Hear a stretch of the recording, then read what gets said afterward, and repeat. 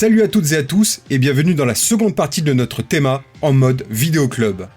Bien avant Netflix, Amazon ou Disney+, et bien avant le DVD aussi, la première façon de voir les films de son choix à la maison bien calé dans son fauteuil, c'était d'avoir un magnétoscope et d'aller au vidéo club, ces supermarchés de la vidéo où l'on avait accès pour la première fois à un catalogue déjà bien fourni de films. 1982 est l'an 1 de la vidéo d'amateur. Le magnétoscope entre dans les mœurs. Les catalogues de cassettes rassemblent maintenant des milliers de titres. Du coup, un peu partout, on voit fleurir une toute nouvelle sorte de magasin, les vidéoclubs. Dans celui-ci, les clients louent jusqu'à 5 cassettes à la fois pour une durée laissée à leur discrétion. On peut même louer le magnétoscope. Vous louez combien de cassettes par semaine ? Environ 10 à 12. Mais à la fin, c'est pas un peu fatigant ? Oui, de temps en temps, c'est un peu fatigant, mais quand on aime bien le cinéma... Ça fait une vingtaine d'heures devant la télé, quand même. Ça fait une vingtaine d'heures dans la télé, oui, à peu près. Avec mes deux camarades Mick et Tib, nous poursuivons la remise en lumière de certains de ces films qui symbolisent à nos yeux parfaitement cette époque.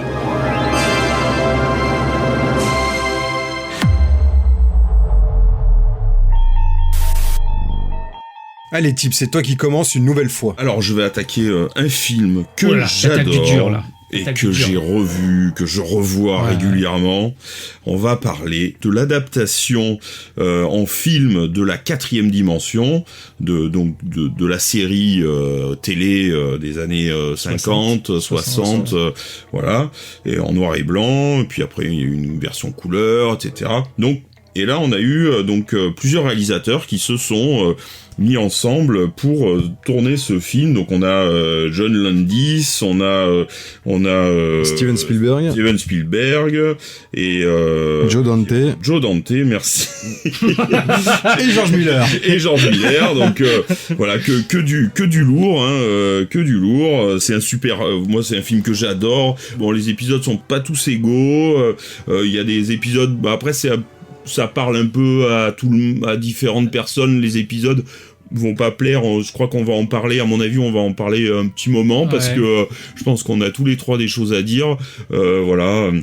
C'est typiquement de la vidéo, c'est des films que j'ai pas vu au cinéma, mais voilà, ça a été loué en cassette, et ça a peut-être même été loué en cassette plusieurs fois même, je pense.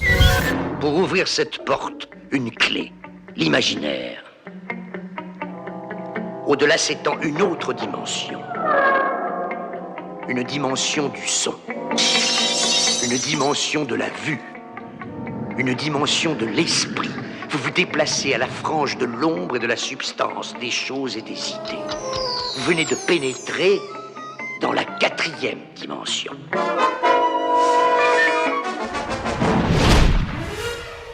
Moi c'est pareil, je l'ai découvert en location de vidéoclub. Oui, il y a beaucoup de choses à dire sur ce film.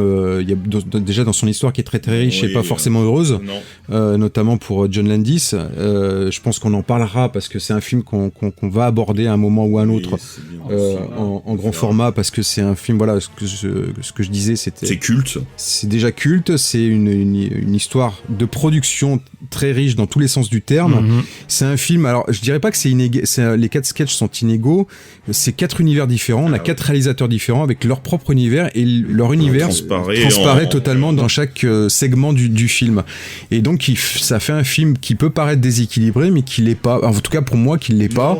Moi je les trouve tous très bien, tous différents, mais tous très bien.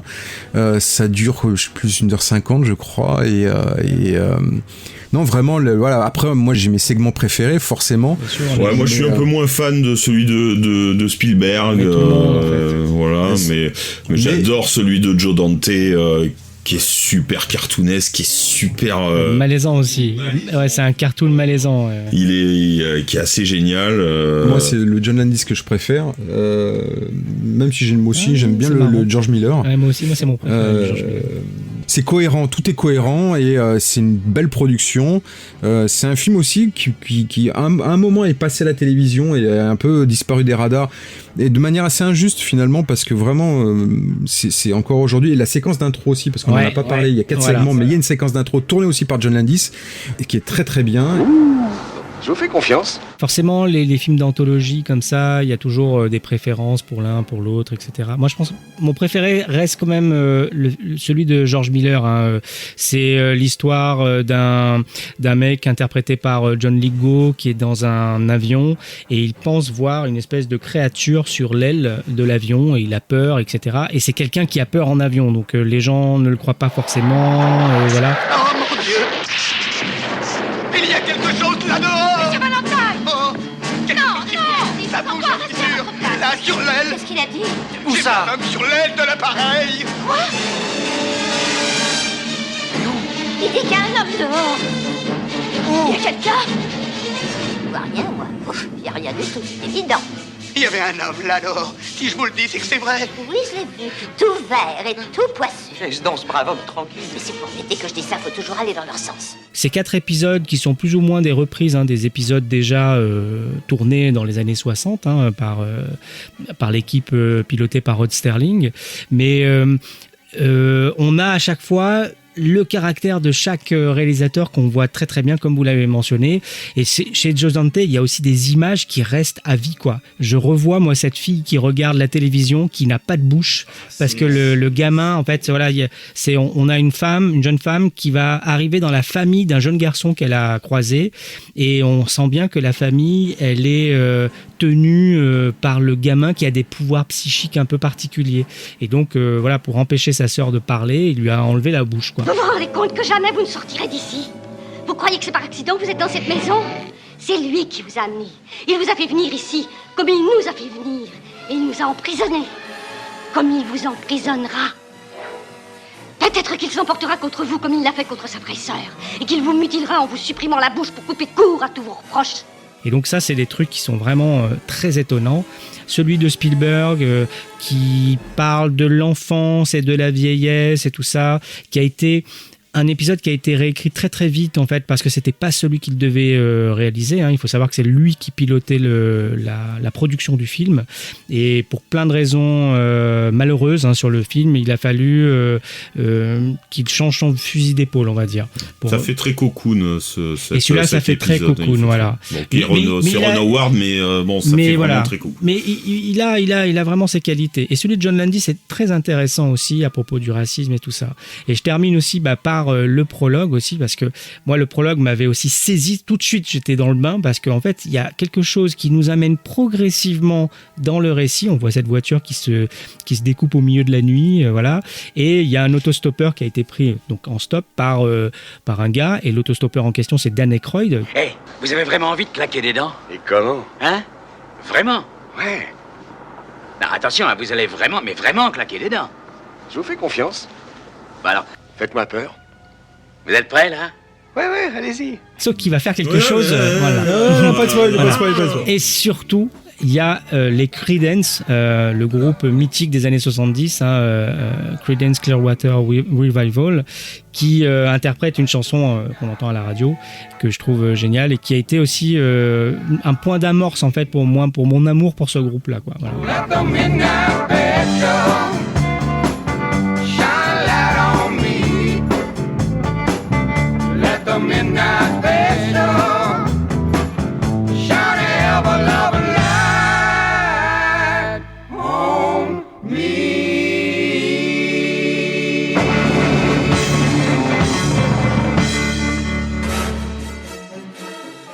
Moi, je reviendrai aussi sur ce format de film à sketch qui a fait d'autres petits plus tard, comme Amazing Stories, toujours par Spielberg, qui était assez super.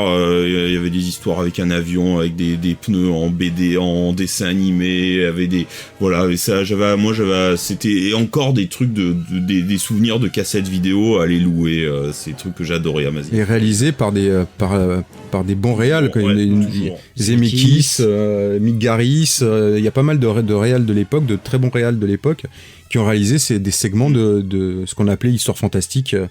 Ils avaient sorti une sélection de ces sketchs-là, ils en avaient fait une compile, ils les avaient sortis en salle, et ensuite ils avaient tout sorti en VHS, et donc ouais, c'était aussi des films qu'on allait louer au vidéoclub. Il faut préciser aussi que les films, la quatrième dimension, le film, on regroupe 4 réalisateurs qui sont des gamins de la télévision des années 60, qui ont grandi avec, qui ont une vraie déférence pour la série La quatrième dimension.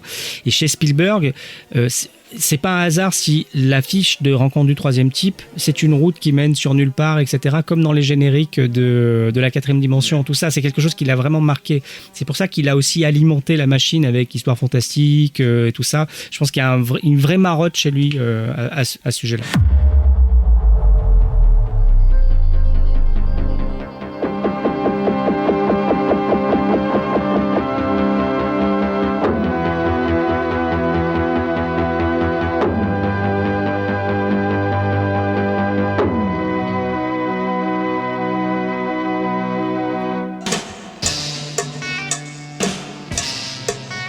Alors, encore une fois, toujours dans l'esprit vidéoclub, je vais vous parler d'un film d'horreur qui est sorti en 88, discrètement dans les salles françaises, et que j'ai découvert en le louant en vidéoclub. Un film qui était sorti chez CBS Fox et qui s'appelle Panix.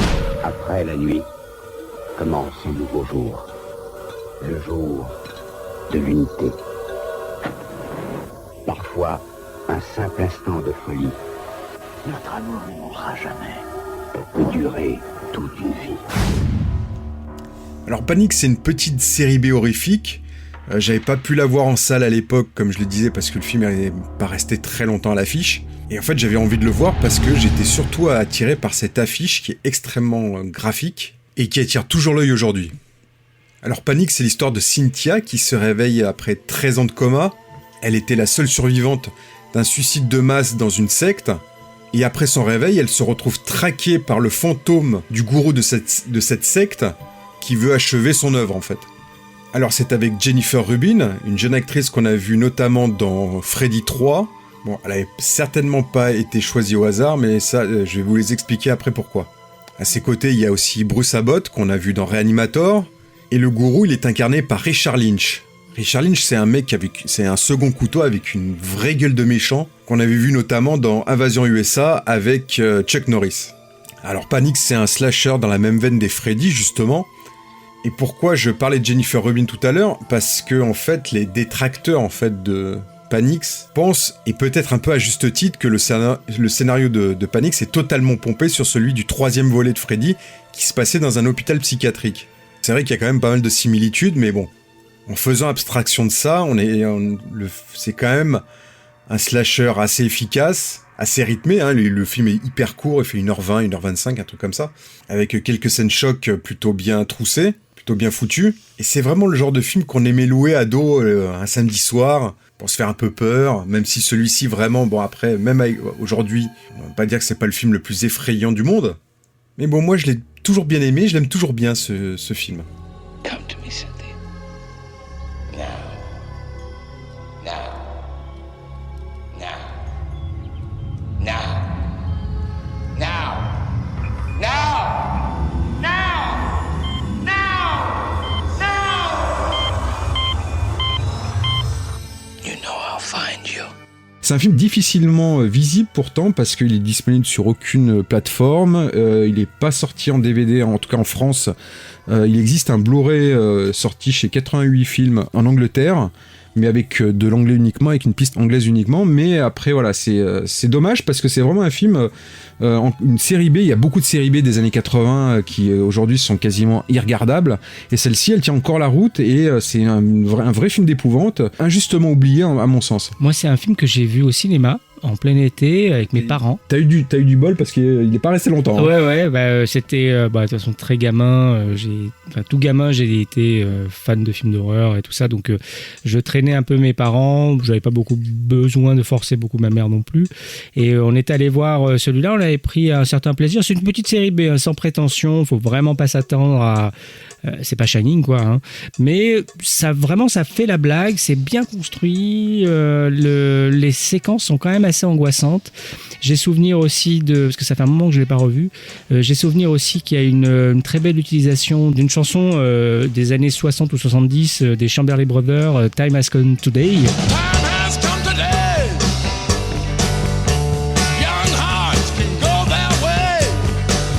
Richard Lynch est assez flippant dans le film, les maquillages sont plutôt efficaces. Pourtant, on était un peu dans le creux de la vague dans la fin des années 80 ça amorçait déjà un peu le vide qu'on allait un peu avoir sur certaines séries B horrifiques dans les années 90. Ça commençait un peu dans cette zone-là, quoi. Mais celui-là tire son épingle du jeu parce que ça fonctionne bien. Il y a un bon doute sur ce qui est réel, ce qui est irréel dans la tête de la jeune fille. Ouais, ce qui est assez marrant, c'est que le réalisateur Andrew Fleming va réaliser, 6 ans plus tard, 2 garçons, une fille, 3 possibilités. Une comédie romantique entre 2 garçons et une fille. Et il est parti dans complètement autre chose pour ensuite revenir sur Dangereuse Alliance, qui lui est beaucoup plus connu, mais que je trouve beaucoup moins intéressant, moi, personnellement. Et alors, il faut préciser aussi que même si c'est une petite série B, elle a été produite par Galen Hurd, qui était la première femme de James Cameron et qui avait produit Terminator 1 et Aliens le retour. Moi, j'ai pas grand-chose à dire, sauf que voilà, c'est un film que j'avais loué à l'époque pour l'affiche, hein, évidemment, cette cassette avec ce couteau qu'on voit passer sur l'œil avec une main et 2 yeux complètement exorbités. Ouais, panique, voilà. Bon, c'est sûr, ça c'était vendeur, donc je l'ai loué. Je sais que j'en ai un bon souvenir, mais je l'ai jamais revu depuis. Il faudrait que je le revoie.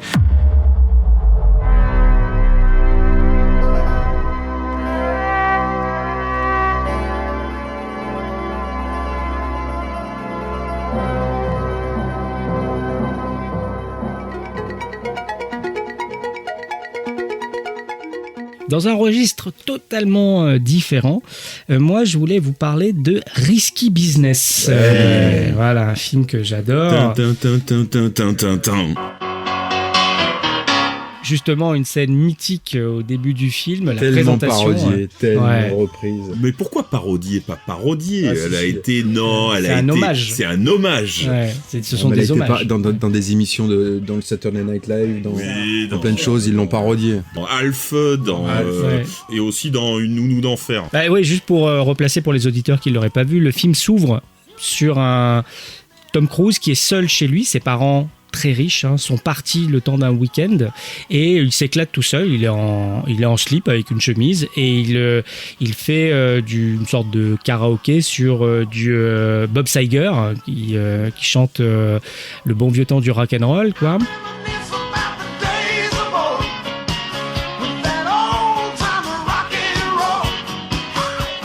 Et on va suivre justement un Tom Cruise très très jeune qui va appeler une call girl qui a été interprétée par Rebecca De Mornay et qui va commencer à se dire il y a peut-être moyen de se faire un business autour de la prostitution, quoi, disons-le clairement. Et il va tomber amoureux de la call girl qu'il a appelée. Il y a un petit écart d'âge qui est assez intéressant d'ailleurs. Et il y a plusieurs séquences qui sont assez marquantes. Il y a justement une séquence de rapprochement, on va dire, tactile entre les deux dans un métro. Sous la musique de Tangerine Dream, le groupe électro, qui fait une musique assez éthérée et ça rend cette séquence assez magique.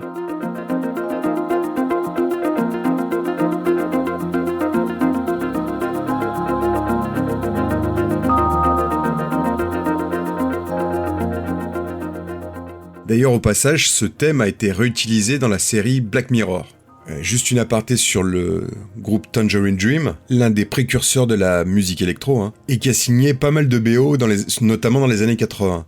Celle du Convoi de la peur de William Friedkin, celle des 2 premiers films de Michael Mann, Le Solitaire et La Forteresse Noire, celle de Legend aussi, de Ridley Scott, et ils ont surtout signé le thème principal de la série Tonnerre Mécanique.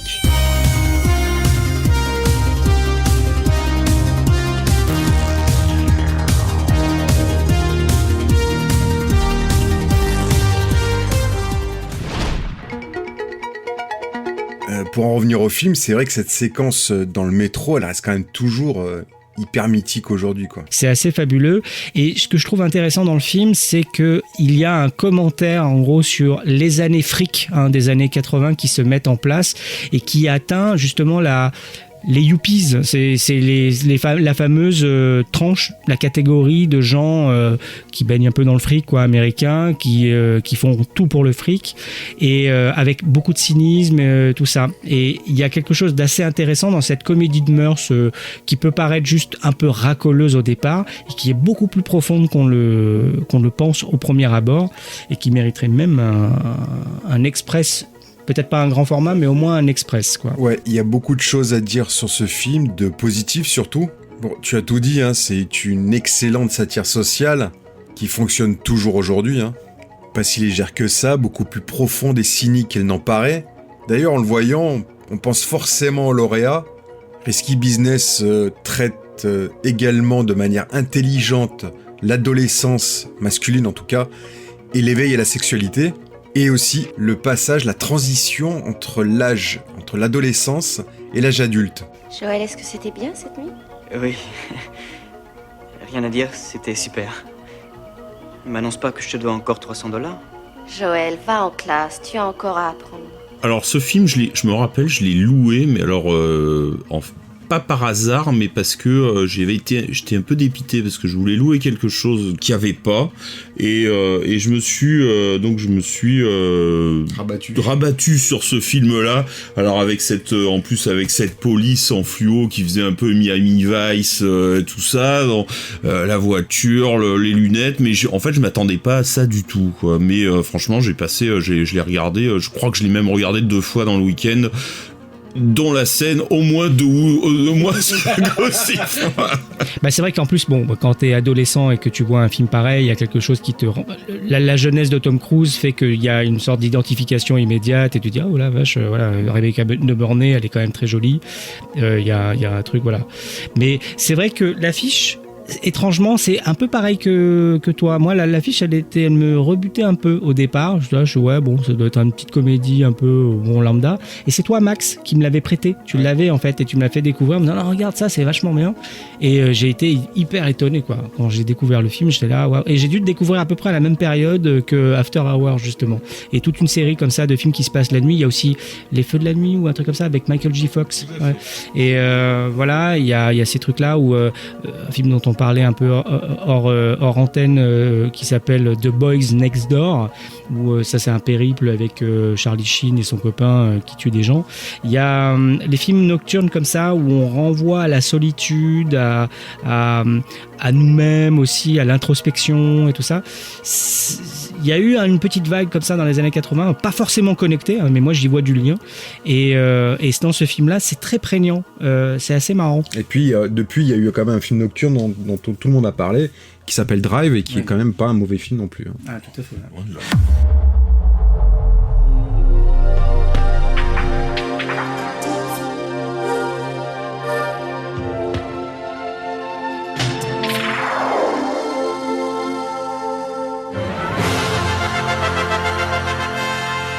Dans un genre totalement différent, encore une fois, parce qu'on va essayer de passer sous... Alors moi, je vais vous parler d'un film que j'ai vu à la télé, voilà, et que j'ai reloué plus tard parce que j'avais pas pu l'enregistrer, j'étais un peu dégoûté, donc c'est un film parce que moi j'adore les films avec des avions et j'adore les films avec des histoires des histoires temporelles, voilà. Et là donc j'ai un film qui regroupe les deux, ça s'appelle en anglais The Final Countdown, vous pouvez tous chanter la chanson et voilà, mais en fait voilà, et en anglais, en français c'était tout simplement Nimitz, Retour vers l'enfer, et donc qui raconte l'histoire d'un porte-avions pris dans une sorte de faille spatio-temporelle, non, juste temporelle, et qui se retrouve donc qui qui évolue de nos jours et qui passe dans cette faille et se retrouve la veille du bombardement de Pearl Harbor. Et donc, avec un tel engin, il décide de changer le cours de l'histoire. Tout l'équipage de ce bâtiment sait désormais qu'au radar comme au contact visuel, nous avons vu la flotte japonaise qui devait rallier Pearl Harbor le 6 décembre 1941. Alors, que faire ? Il n'y a qu'une chose à faire, c'est de les envoyer par le fond corps et bien. Ainsi, le SS Nimitz déclarerait la guerre à l'Empire japonais. Parce que ça revient, ça. Mais ils n'ont pas attaqué Pearl Harbor pour l'instant. La seule preuve de leur bellicisme est dans les manuels d'histoire. Cela ouvre des perspectives absolument étonnantes. Vous imaginez la puissance de feu du Nimitz comparée aux forces de 1941 ? Quelle perspective, monsieur Lasky ? Des perspectives futures, capitaine Owens. Songez à l'histoire des 40 années à venir. Voilà, et donc on a Kirk Douglas, absolument génial, en commandant du porte-avions. On a Martin Sheen, voilà, et c'est un super film de guerre. Bon, il est un peu vieilli, mais voilà, bon, c'est un film que j'aime bien voir de temps en temps. Que je revois, il y a des belles scènes d'avion avec des F-14 Tomcat comme dans Top Gun d'ailleurs. Ouais, moi c'est un film que je crois que j'avais loué aussi. C'est une série B très sympa. C'est un vrai film de vidéoclub aussi. Ouais. Oui, c'est un peu vieilli, la fin un peu décevante, mais honnêtement, ça fait encore la blague aujourd'hui. Je valide. Dans le casting, il y a aussi, je sais pas si tu l'as cité, Martin Sheen. Voilà, c'est un film très sympa, encore une fois, voilà, c'est un vrai film du samedi soir, qui fait encore qui fonctionne bien. Les effets spéciaux, moi, je trouve qu'ils tiennent encore bien la route. Moi, je suis plus déçu par la fin que je trouve un peu vite expédiée. Mais l'idée de revenir dans le passé pour X raisons, alors là, ils le font de manière totalement involontaire et puis se retrouvent à la veille d'une bataille historique, mais voilà, il y a tout un fantasme autour du voyage dans le temps aussi qu'il y a dans ce film et qui fait que la blague fonctionne et voilà, comme tu l'as dit, Kirk Douglas est top dedans. C'est un film de 80, je crois, qui est sorti en 80. C'est le genre de série B qui, encore une fois, je reviens là-dessus, c'est le genre de série B qui est passé totalement inaperçu en salle et qui a eu sa petite notoriété, son petit succès et qui perdure encore chez les cinéphiles aujourd'hui quand ils sont sortis en cassette vidéo. Je vais juste rajouter un petit truc parce que en fait, il y a, tu vois, c'est donc je disais les films de guerre, j'adore ça, les films d'avion, j'adore ça. Mais en fait, d'ailleurs, c'est un film qui a été inspiré par un autre film qui s'appelle Les Guerriers de l'Apocalypse, qui raconte justement c'est un film que j'adore, que j'ai découvert en vidéoclub, évidemment, parce que c'est juste la jaquette de ce film, Les Guerriers de l'Apocalypse, avec le samouraï sur le soleil. C'était obligé de louer cette cassette, quoi. Et qui raconte une histoire d'une troupe de soldats japonais qui se retrouvent transportés en pleine guerre médiévale japonaise. Voilà, c'est exactement la même histoire, un peu vue différemment, mais je trouve la fin quand même du japonais un petit peu plus intéressante. C'est vrai qu'il y a le concept de mélanger deux types de guerre technologique et puis justement la guerre qui l'est moins, enfin les guerriers qui sont moins munis de cette technologie-là est intéressante par rapport à tout le discours que ça va véhiculer. Là, dans pas très longtemps, il va y avoir une sorte de spin-off de Predator qui utilise cette idée-là aussi, qui s'appelle Prey, avec justement des Indiens qui se font traquer par le Predator. C'est des choses qu'on retrouve assez régulièrement, mais c'est vrai que je fais vachement le rapprochement moi aussi entre les Guerriers de l'Apocalypse et Nimitz. Nimitz, c'est une adaptation des Guerriers de l'Apocalypse. Okay, d'accord, je savais pas. Et bon, après moi, les deux films, d'ailleurs, Les Guerriers de l'Apocalypse et Nimitz, ça fait très longtemps que je les ai pas revus, mais moi je kiffais aussi, pareil.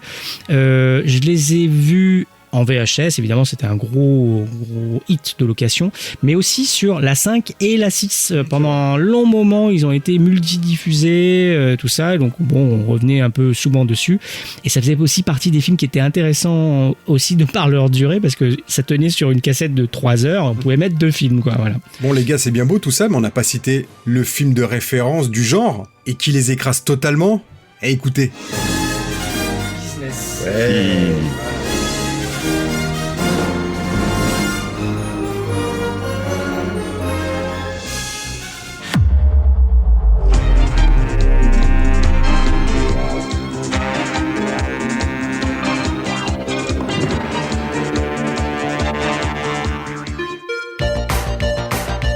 Alors moi je vais enchaîner sur pour moi l'un des meilleurs road movies des années 80 et certainement l'un des meilleurs films de John Hughes et certainement l'un de ses films les plus méconnus.